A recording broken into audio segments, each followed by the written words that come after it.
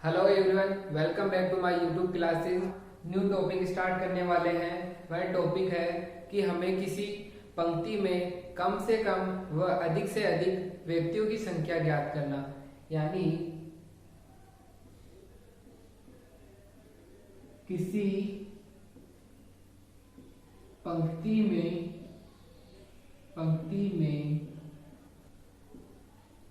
अधिक से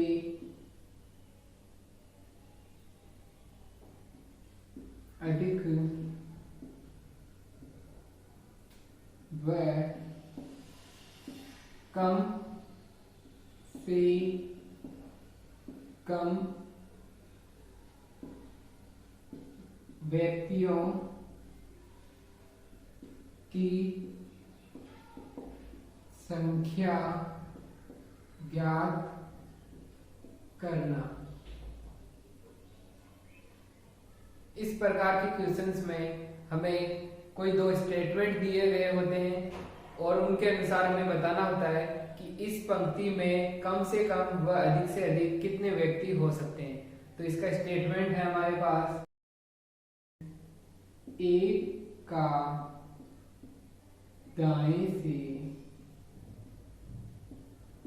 दाएं से पांचवा, यानी ए का दाएं से पांचवा स्थान है तथा बी का बाएं से नौवा तथा मध्य के व्यक्ति दो हैं।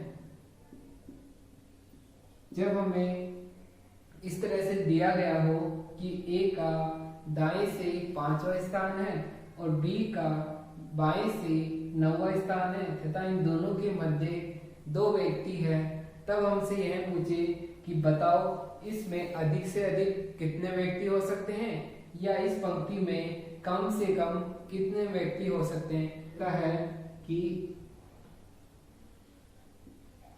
अधिक से अधिक, ठीक है, कि अधिक से अधिक कितने व्यक्ति होंगे। या से क्वेश्चन पूछ सकता है कम से कम कितने व्यक्ति होंगे। जब आपको अधिक से अधिक व्यक्तियों की संख्या ज्ञात करनी हो तो आप इस फॉर्मूले का यूज कर सकते हो कि लेफ्ट प्लस राइट, इसमें मध्य के व्यक्तियों को जोड़ दो।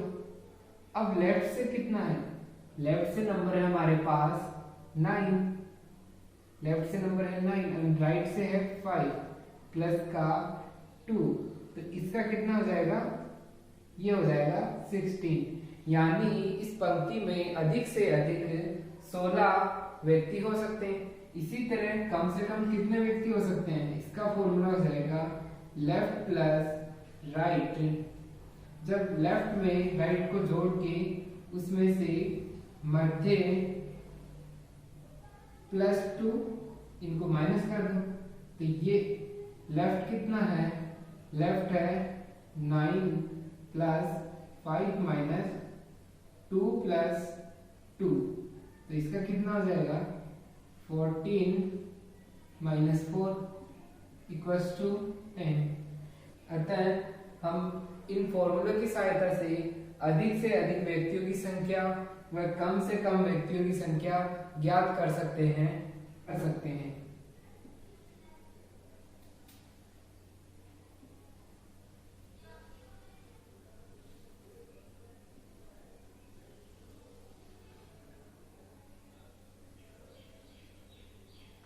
इसी तरह से रैंकिंग टेस्ट चैप्टर आज खत्म होता है। इसकी सभी प्रकार की टाइप्स हमने कवर कर ली है। अब हम इस चैप्टर पर आधारित कुछ महत्वपूर्ण क्वेश्चंस देखते हैं।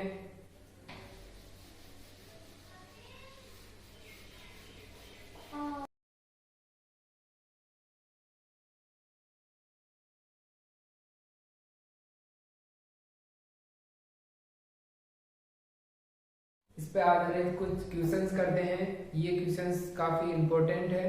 तो ये फर्स्ट क्वेश्चन देखिए आप जब A B C D E F यह उत्तर के सम्मुख मुँह करके बैठे हैं। ए पड़ोसी है, बी व डी कोमा ई पड़ोसी है, कोमा ई पड़ोसी है और एफ का डी पड़ोसी है, सी का तब ए और ई के मध्य कितने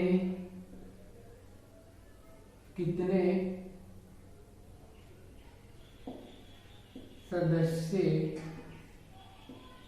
हैं। सॉल्यूशन। इस क्वेश्चन में दिया गया है कि A B C D E F ये 6 व्यक्ति है। ये सभी व्यक्ति उत्तर की तरफ मुंह करके बैठे हुए हैं। इनका क्रम यही हो ये आवश्यक नहीं है, ये किसी भी क्रम में बैठे हो सकते हैं। इनका क्रम निर्धारण के लिए नीचे कुछ कंडीशन दी गई है, इनको हम देखते हैं और इनका क्रम बताते हैं कि किस तरह इनका क्रम है। तो इसमें फर्स्ट दिया गया है ए पड़ोसी है बी व डी का, यानी ए पड़ोसी है किसका, बी या डी का, बी या डी का, यानी ए पड़ोसी हो सकता है बी या डी का या बी या डी का। हमने दोनों तरफ बी और डी इसलिए लिखा है कि हमें पता नहीं है कि बी इसी तरफ होगा या इसी तरफ होगा। तो अब हम नेक्स्ट कंडीशन को देखेंगे कि ई पड़ोसी है सी और एफ का, यानी ई पड़ोसी है किसका, सी या एफ का, सी या एफ का। तो हम इसकी नेक्स्ट कंडीशन को देखेंगे, डी पड़ोसी है सी का, यानी डी पड़ोसी किसका है, सी का। तो ये रहा डी और ये पड़ोसी किसका है, सी का, यानी अब ये दोनों फिक्स हो गए। अब ये फिक्स हो गए तो यहाँ पे बी नहीं होगा, तो यहाँ पे डी नहीं होगा, ठीक है। इसी तरह से ये दोनों पड़ोसी है तो यहाँ ये एफ नहीं होगा, तो यहाँ पे सी नहीं होगा। तो अब इनका क्रम क्या हो जाएगा कि बी होगा, फिर ए होगा, फिर डी होगा, फिर सी होगा, फिर ई होगा, फिर एफ होगा। इस तरह से अब हमसे नेक्स्ट क्वेश्चन क्या पूछा है कि ए और ई के मध्य कितने सदस्य हैं। तो ए ये रहा और ई ये रहा, इसके बीच में कितने सदस्य हैं, कुल टोटल 2 सदस्य हैं। तो ये हमारा आंसर हो जाएगा।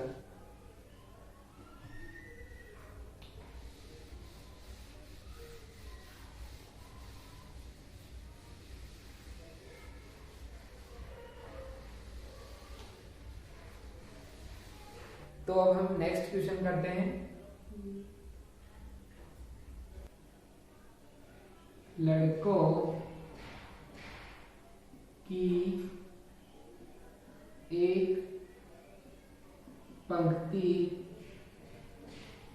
में अक्षय से बाईं ओर से 16वां है और विजय दाईं ओर से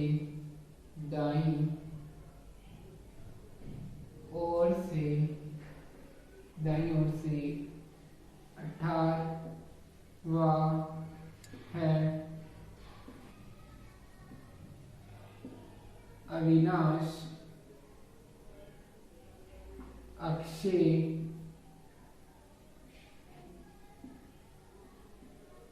दाईं और 11वां और विजय से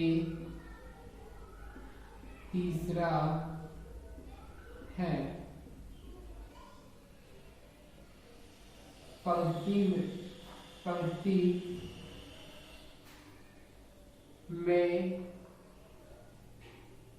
में कुल कितने व्यक्ति होंगे? आपको इस क्वेश्चन में यह बताना है कि कुल कितने व्यक्ति हैं। तो जैसा कि इसमें दिया गया, इसका सॉल्यूशन देखते हैं। लड़कों की पंक्ति में अक्षय बाईं ओर से 16वां स्थान है, यानी अक्षय का बाईं ओर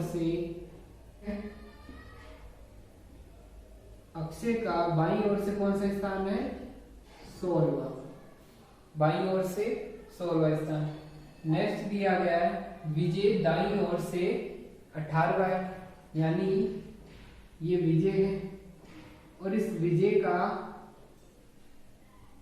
बाईं ओर से कौन सा स्थान दिया गया है? ये विजय है और इस विजय का बाईं ओर से 18वां स्थान दिया गया है। ठीक है। अब इसमें नेक्स्ट बताया गया है कि अविनाश अक्षय के दाईं ओर 11वां है, यानी अविनाश है वो अक्षय से दाईं ओर पे है। अब अक्षय का दायां क्या होगा? यानी इस तरफ होगा, तो अक्षय का दायां किस तरफ होगा? इस तरफ होगा। तो अक्षय के दाएं 11वां है, यानी अक्षय यहाँ पे है, इससे आगे 11 नंबर पे कौन है? अविनाश।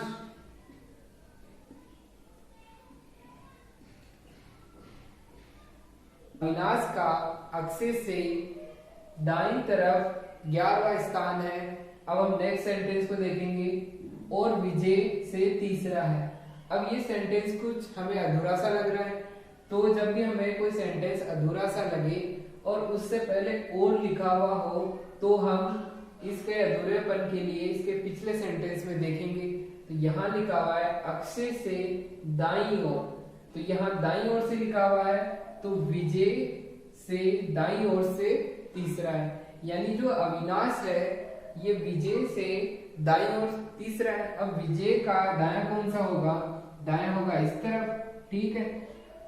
विजय के दाईं ओर से तीसरा है, यानी ये फर्स्ट एंड सेकंड और थर्ड नंबर पे तो अविनाश आ ही गया। तो ये विजय से अविनाश दाएं तीसरा है। ठीक है। अब आपसे क्या पूछा है? टोटल व्यक्तियों की संख्या पूछा है। अब कुल व्यक्तियों की संख्या ज्ञात करने के लिए आप किसी भी एक व्यक्ति की दोनों तरफ से वैल्यू ज्ञात कर लो, तो आपके पास टोटल व्यक्तियों की संख्या आ जाएगी। तो आप इस विजय की दाएं तरफ से 18 वैल्यू दे रखी है, इसकी बाएं तरफ से भी वैल्यू ज्ञात कर लो कि इसकी कितनी होगी। हम विजय की बाईं तरफ से वैल्यू ज्ञात करेंगे। तो पहले अविनाश का स्थान देखते हैं। अविनाश 16 प्लस 11, यानी अविनाश का स्थान कितना हो गया? अविनाश है 27, अविनाश का स्थान 27 है। और अविनाश और विजय के मध्य कितने व्यक्ति हैं? 2 व्यक्ति हैं, तो ये कितने नंबर पे होगा? 26 पे। और ये कितने नंबर पे होगा 25 पे। तो विजय का नंबर क्या होगा, विजय का नंबर हो जाएगा 24। अब विजय का नंबर बाईं ओर से तो कितना हो गया 24 हो गया और दाईं ओर से कितना है 18। तो टोटल का फॉर्मूला क्या होता है, total equals to left plus right minus 1। तो लेफ्ट प्लस राइट कितना हो जाएगा 24 प्लस 18 माइनस 1, इनका योग हो जाएगा 42 minus 1 equals to 41।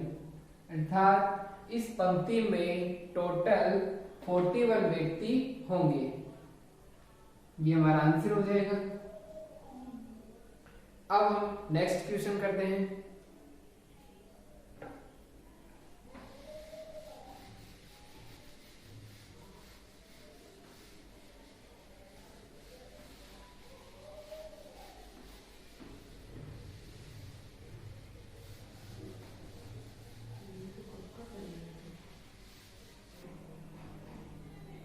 Question number 1, पंक्ति में 5 झोपड़ियां हैं। एक पंक्ति में 5 झोपड़ियां हैं, उनके नाम डीकॉम है। के की दाईं ओर तथा डी की बाईं ओर ओ है। आई डी की दाईं ओर है और एम की बाईं ओर है। एंड तो बताओ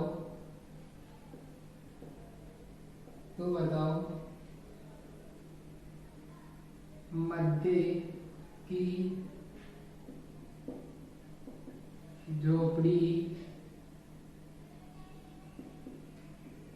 कौन सी है।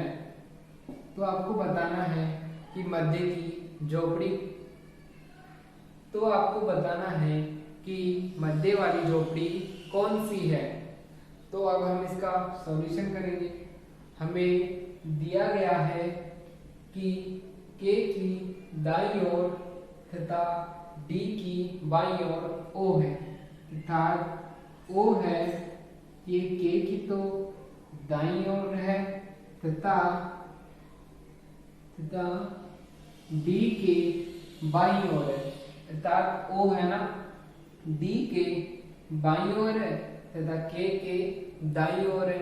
तो इसको इस तरह से करेंगे कि जब भी हमें दो स्टेटमेंट दिए हो और इनके मध्य कोमा लगाओ तो फर्स्ट को तो इसी तरह से लिखेंगे कि आई डी के दाईं ओर है। तो ये रहा डी और डी के दाया कौन सा होगा, डी का दाया इस तरफ होगा। डी के दाईं ओर क्या है, आई है, ठीक है। तथा आई एम की बाईं ओर है तथा आई क्या है, एम की बाईं। जब सेंटेंस अपना कुछ इस तरह से लिखा हुआ होता है यानी उनके बीच में ये कोमा आता है, तो हम इस फर्स्ट वाले आई को इससे कनेक्ट करते हैं एक बार और इसी आई को एक बार हम इस ओर से आगे वाले सेंटेंस से कनेक्ट करते हैं। तो इसको पहले के साथ लिखेंगे तो ये कह रहा है कि आई है और डी के दाईं ओर है, तो डी के दाईं ओर आई है। इसी तरह से नेक्स्ट के साथ जब कनेक्ट करते हैं तो इसमें है कि आई एम की बाईं ओर है, आई एम की बाईं ओर है। अब हमें क्या क्वेश्चन पूछा है कि मध्य वाली झोपड़ी, तो जो बीच में झोपड़ी होती है उसको कहते हैं मध्य वाली झोपड़ी। तो ये हो जाएगा इसका आंसर। आप इस स्टेटमेंट का एक नोट लिख लीजिए।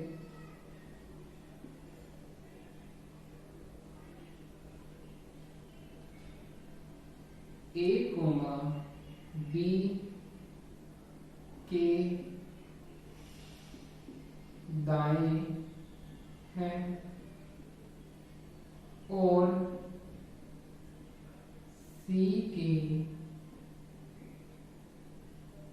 बाएं है। ये स्टेटमेंट कुछ इस स्टेटमेंट के जैसे ही है। यहाँ इन दोनों के बीच में कोमा लगा हुआ है, तो इसको जब हम पढ़ेंगे तो कुछ इस तरह से पढ़ेंगे। यहाँ पे कोमा दिया गया है, तो इसको जब हम पढ़ेंगे तो इस ए को एक बार तो फर्स्ट वाले से कनेक्ट करेंगे और सेकंड बार इस ए को इस और के बाद वाले सेंटेंस के साथ कनेक्ट करेंगे। तो इसका क्या हो जाएगा कि ये ए है, ये बी के तो दाईं ओर है, यानी ये बी है और इसके दाईं तरफ क्या आ गया, ए आ गया। इसी तरह से ये ए है, इसको नेक्स्ट के साथ कनेक्ट किया तो ये क्या आ गया कि सी के बाईं ओर है। अब ये रहा सी और इसके बाईं ओर है। तो इस प्रकार की कंडीशंस को हम इस तरह से कनेक्ट करते हैं। नेक्स्ट एग्जांपल लेते हैं।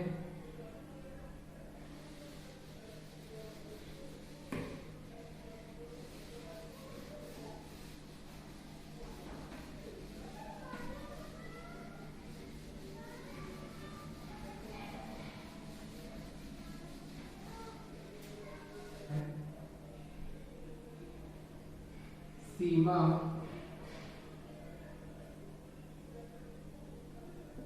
लंबी है, मनीष से, पर उतनी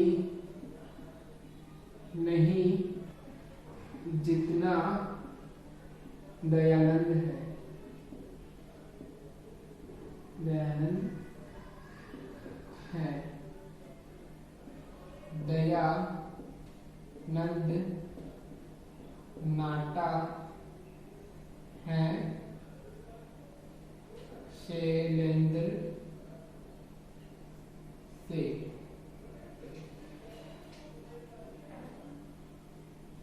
शैलेंद्र नाटा है राम सागर से।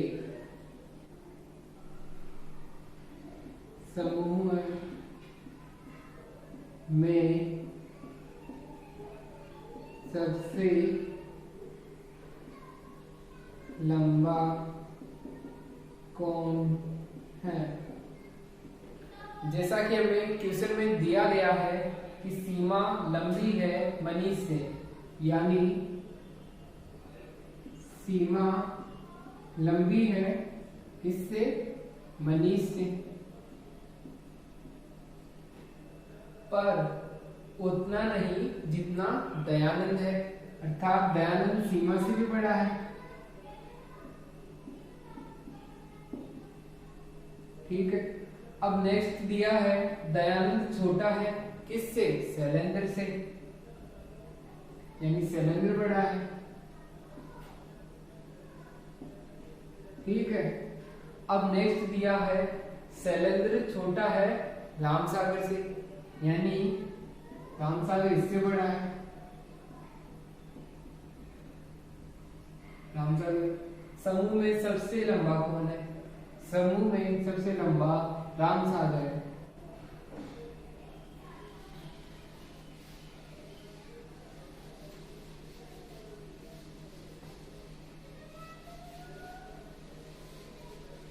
तो नेक्स्ट क्वेश्चन है क्वेश्चन नंबर 5। 6 पशु है, 6 पशु है जो कि केंद्र के सम्मुख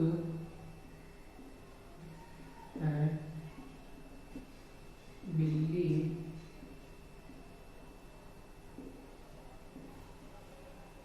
कुत्ता और खरगोश के मध्य है। मुर्गी तोता और बंदर के बीच है। कुत्ता तोता के बाईं ओर है। तो बताओ खरगोश के बाएं कौन है? 6 पशु है जो केंद्र के सम्मुख है। इसके आगे और लिखना है जो कि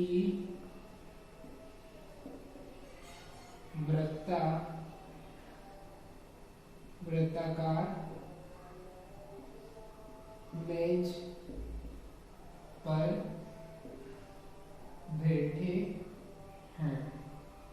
यानी हमें दिया गया है कि 6 पशु वृत्त के चारों ओर केंद्र की ओर मुंह करके बैठे हुए हैं। तो ये हमें दिया गया है कि ये 6 पशु, मानो यहाँ कोई एक पशु बैठा है, ठीक है।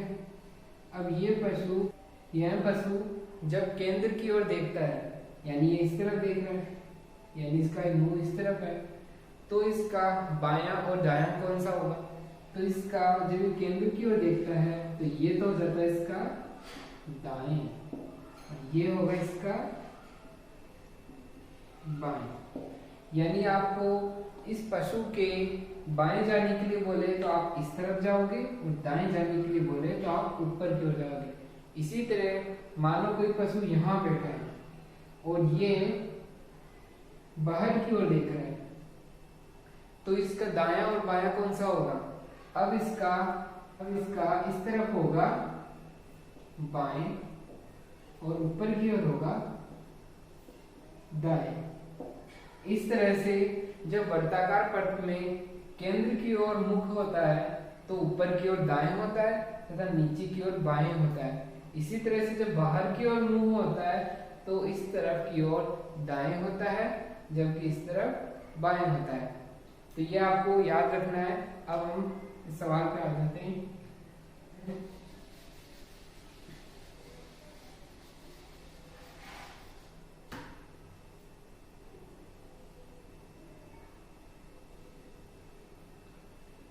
जैसा कि क्वेश्चन में दिया गया है, बिल्ली कुत्ता और खरगोश के मध्य है। तो कौन है मध्य में? बिल्ली। ये बिल्ली है। ये किसके मध्य है? खरगोश और कुत्ता। तो हमें यह पता नहीं है कि खरगोश इस तरफ आएगा या कुत्ता इस तरफ आएगा, इसलिए हम यहाँ दोनों ही लिख देंगे कि यहाँ कुत्ता भी हो सकता है या खरगोश भी हो सकता है, ठीक है। तो इसी तरह से यहाँ पे भी दोनों, कुत्ता भी हो सकता है या खरगोश भी हो सकता है। इसी तरह अब नेक्स्ट सेंटेंस को देखते हैं। मुर्गी है वो तोता और बंदर के मध्य है। ये कोई मुर्गी है और ये मुर्गी तोता और बंदर के बीच में है। अब हमें यह पता नहीं है कि तोता इस तरफ आएगा या बंदर इस तरफ आएगा, तो अब हम दोनों को लिखेंगे, तोता या बंदर, ठीक है। यहाँ पे भी तोता या बंदर। अब हमें ऐसी कोई ना कोई एक कंडीशन दी गई होगी जिससे कि हम इनको सिंगल कर सके। तो अब हम देखते हैं, लास्ट में लिखा हुआ है कुत्ता है वो तोता के बाईं ओर है। अब ठीक है, अब तोता के बाईं ओर है, ये तोता है, इसका बायां कौन सा होगा? इसका बायां तो ऊपर की ओर होगा, क्योंकि ये केंद्र की ओर मुंह है ना इसका, इसलिए इसका बायां तो ऊपर की ओर होगा और दायां नीचे की ओर होगा। इसमें कहा गया है कि जो कुत्ता है वो तोता की बाईं ओर है, पर तोता के बाईं ओर तो मुर्गी है, तो यहाँ पे तोता नहीं होगा, तो यहाँ तोता गलत होगा। ठीक है, तो यहाँ बंदर सही हो जाएगा, तो यहाँ बंदर नहीं होगा, यानी तोता इस जगह पे होगा। ठीक है, अब उसने क्या कहा था कि तोता के बाईं ओर क्या है? कुत्ता है, तो यहाँ कुत्ता है बाईं ओर, क्योंकि ये केंद्र की ओर देख रहा है तो इसका बायां नीचे की ओर होगा। ठीक है, तो इसका हो जाएगा यहाँ पे कुत्ता हो जाएगा, ये खरगोश गलत हो जाएगा। अब यहाँ खरगोश है तो यहाँ खरगोश नहीं होगा, यहाँ कुत्ता है तो यहाँ कुत्ता नहीं होगा, और इस तरह से हो जाएगा। अब हम इनको काट देते हैं, जो भी गलत हो गए उन सभी को काट देते हैं। ठीक है,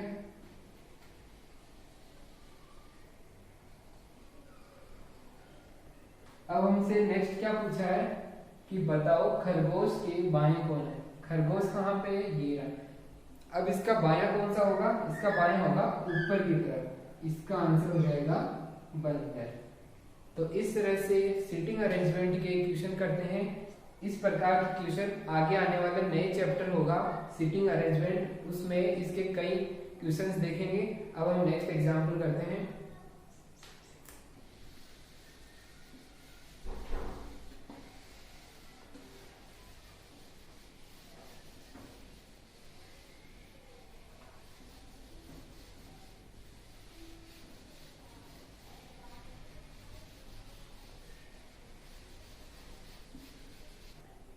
क्वेश्चन नंबर 6, 17 लड़कियों की एक पंक्ति में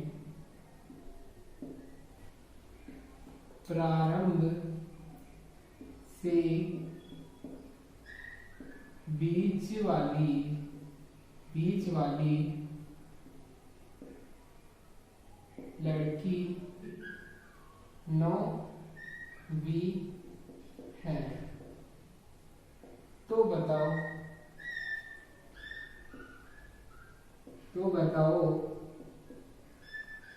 अंत से यह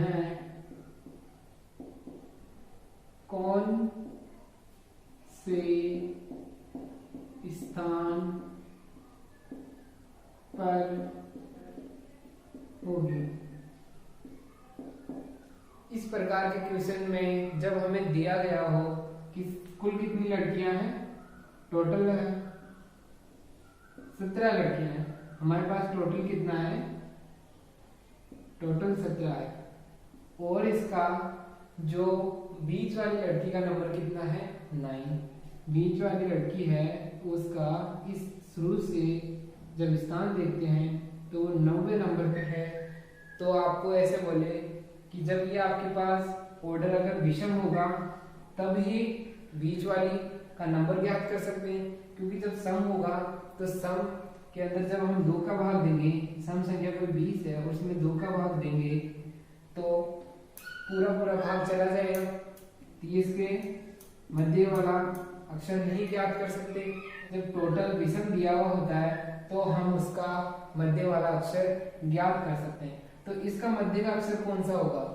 इसमें से 1 घटा के इस संख्या 1 जोड़कर 2 का भाग देते हैं तो हमारे पास मध्य वाला अक्षर आता है। अब ये 9 है, ये मध्य वाला अक्षर है, तो इसका स्टार्टिंग से 9 नंबर है, तो इसको पीछे की ओर से देखेंगे तब भी इसका 9 नंबर ही आएगा, तो इसका पीछे की ओर से भी 9 नंबर हो जाएगा, तो इसका आंसर हो जाएगा 9। तो जब भी आपसे से स्टार्टिंग से नंबर देके आपसे अंत से नंबर पूछे और जो संख्याएं या लड़कियों की संख्याएं या हमें टोटल दिया हुआ हो वो एक विषम संख्या हो, तो इसका आंसर वही होता है जो पहले था। यानी आपको पहले स्टार्टिंग से मध्य वाली संख्या दे रखी थी तो आपको अंत से भी वही स्थान होगा। आज के लिए बस इतना ही। हमने सभी प्रकार के टाइप्स को कवर कर लिया है। अब जो हमारे अन्य क्वेश्चन बच गए उनको आने वाली लाइव टेस्ट सीरीज क्लासेस में कवर करेंगे। इन लाइव क्लासेस को लेने के लिए आप हमारे YouTube चैनल को सब्सक्राइब कीजिए ताकि आपको आने वाली लाइव क्लासेस का नोटिफिकेशन सबसे पहले प्राप्त हो सके। इस चैनल को like, share, comment and subscribe करना ना भूलिए।